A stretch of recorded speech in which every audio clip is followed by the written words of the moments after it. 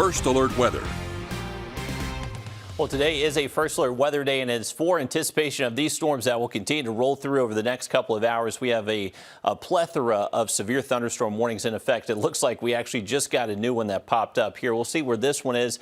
Right now, our counties that are underneath the warning include Wilkes, Tolliver, Hancock, Warren, Glasscock, Washington, Emmanuel, Johnson, Jenkins, Screven, Allendale, Aiken, Edgefield, and maybe even Saluda County included in that. So I would say 75% of our counties have some type of weather warning in effect. This is the newest one that just went into effect for, it looks like, help me out, Mikkel, where am I looking?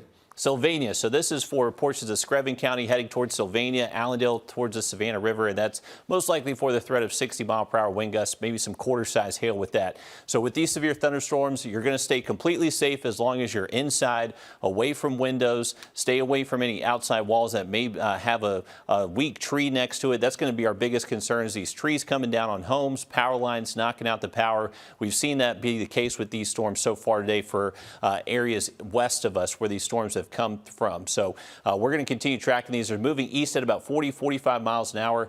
Most counties are currently underneath a warning. If you are not underneath a warning right now, these storms are probably heading your way. This is the latest warning that just popped up, 7:45 p.m. Looks like we just got another new one that popped up. I believe that would be the new one that just extends into portions of Hampton County. So very active out there on radar, folks. We do have an active severe thunderstorm warning in effect for all of Aiken County. That stays in effect until 7:45. And that's actually a considerable threat. We do not see that tag mentioned in severe thunderstorms all too often, but that is for up to 70-mile-per-hour wind gusts for all of Aiken County as that storm continues to impact you there. In our southern counties, once again from Swainsboro to Sylvania, we got a couple of active severe thunderstorm warnings, and the main concern with those is once again those 60, possibly up to 70-mile-per-hour gusts. But this is exactly why we put out the First Alert Weather Day today. You can see the entire CS array is underneath this enhanced risk.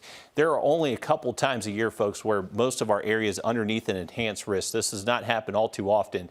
So I do want to make sure you are staying weather aware.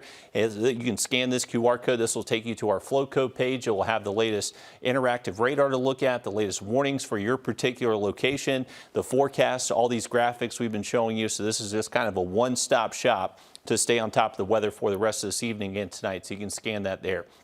Here's a live look from our camera over downtown Augusta. You got the Calhoun Expressway and the Augusta Canal at the bottom part of your screen. You can see pretty gray skies.